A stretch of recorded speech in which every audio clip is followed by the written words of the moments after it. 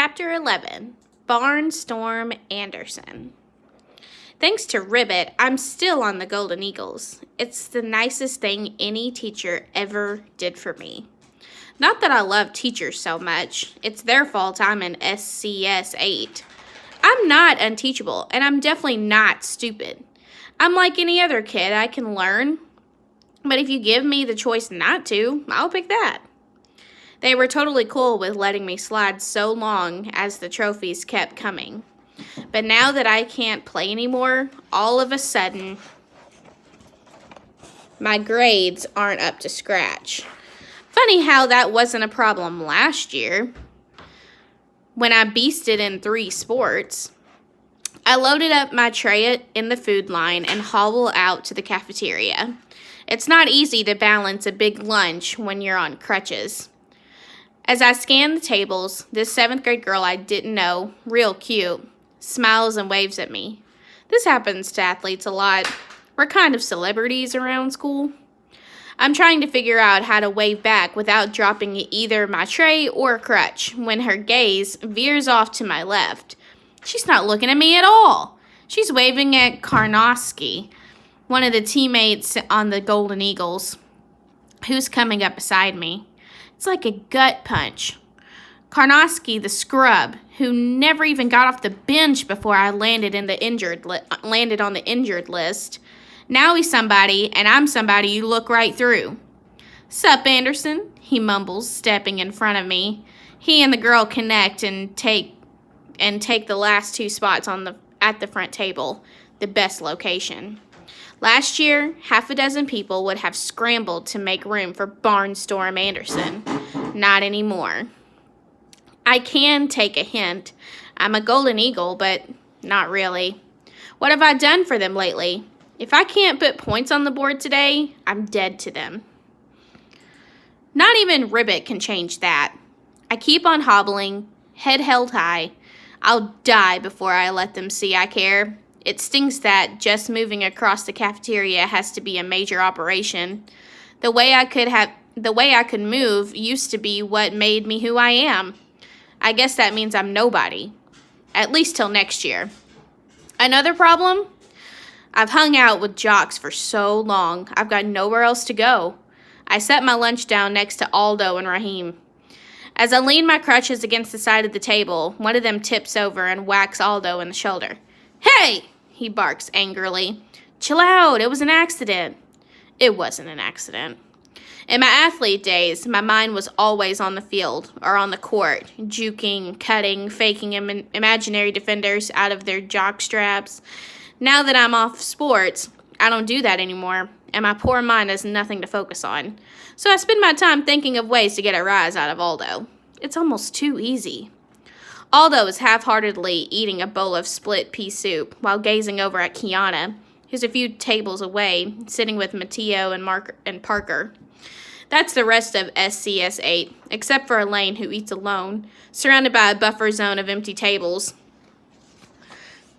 People have been keeping their distance from her ever since she chucked this kid into the salad bar.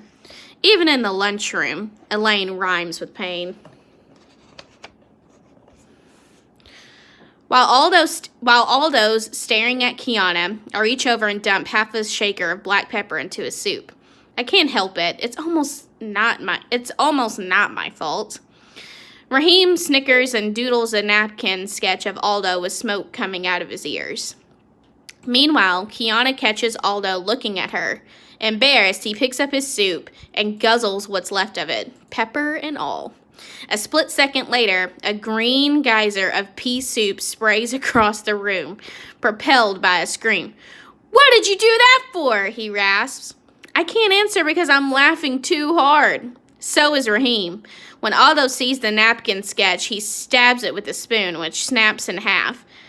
That gets us a caution from the lunchroom monitor, who raises the quiet alert level from green to amber on the traffic signal at the front of the cafeteria. "You've got to tone it down, man," I manage, fighting to control my laughter. "Everything makes you fly off the handle." "Not true," he bellows in my face, and the traffic signal goes red. Now nobody's allowed to talk for the rest of lunch. and it's all Aldo's fault. Raheem and I exchange a fist bump under the table. Afterward, when we're walking back to room 117, everybody else is walking. I'm thumping on my crutches. I can't resist rubbing a little more salt in Aldo's wounds. Kiana was watching you the whole time, I assure him. She probably thinks you're nuts or something. Did I ask you to put a pound of pepper in my soup? He demands. Okay, but you didn't have to get so mad about it. You're mad at me, you're mad at Raheem, you're mad at the cafeteria for changing the chicken nugget recipe, you're mad at Ribbit. I'm not mad at Ribbit, he mutters. You said you were before. Yeah, well, I changed my mind. Fine, I agree. Everything makes you mad except Ribbit. And I stop bugging him because I keep thinking about Mr. Kermit, fighting with the office to get me in the pep rally. Back in room 117, with the rest of the class, we can't help noticing a bright green vuvuzela bent double sticking out of our teacher's trash can. If Ribbit thinks he can get rid of those things one at a time, puts in Raheem, he's in for a real rough spirit week. I can't understand what makes him tick, puts in Kiana. Most of the time he never opens his mouth. But blow a vuvuzela and he'll scream you in opera. They make him mad, I say, with a wink at Aldo. He's the Grinch, Mateo pipes up suddenly. I thought he was Squidward, Parker reminds him. Mateo shakes his head. The Grinch, definitely. The Grinch hates Christmas because he can't stand the noise. Well, Mr. Kermit hates Spirit Week because he can't stand the vuvuzelas. It's not... Oh, everybody hates something, I retort. I don't like lima beans. Am I the Grinch too? It's not just what you hate, it's why you hate it, Mateo replies seriously. Indiana Jones hates snakes because he's afraid of them. Superman hates kryptonite because it's his weakness. The Wicked Witch of the West hates water because it makes her melt. But Mr. Kermit and the Grinch are both haters for the same reason, noise. Ribbit comes in, and the first thing he sees is all of us staring at his wastebasket and the broken vuvuzela. He seems annoyed at first, but then his expression changes to one of sympathy. I have some bad news about Spirit Week. It's okay, Mr. Kermit, Kiana interrupts. We know you tried your best to talk the principals into letting us be part of it. Let me tell you about Spirit Week. The teacher comes alive, making eye contact with each of us as he speaks. No one can command you to have spirit. Not principals, governors, presidents, or even kings. There's no spirit which in your brain that can be flipped on or off. No spirit switch in your brain that can be flipped on or off. Spirit isn't a week you can put on your calendar. It doesn't come from posters or streamers or rallies or funny hat days. And it definitely doesn't come from making an ungodly racket with a cheap plastic instrument of torture that was invented purely for disturbing the peace. It's the most he's said to us all year. I can't explain it, but it feels like a kind of breakthrough. Although, what we're breaking through to, I have no clue. Maybe it's this. In all my years in school, I've never heard a teacher say something that was so completely and totally honest.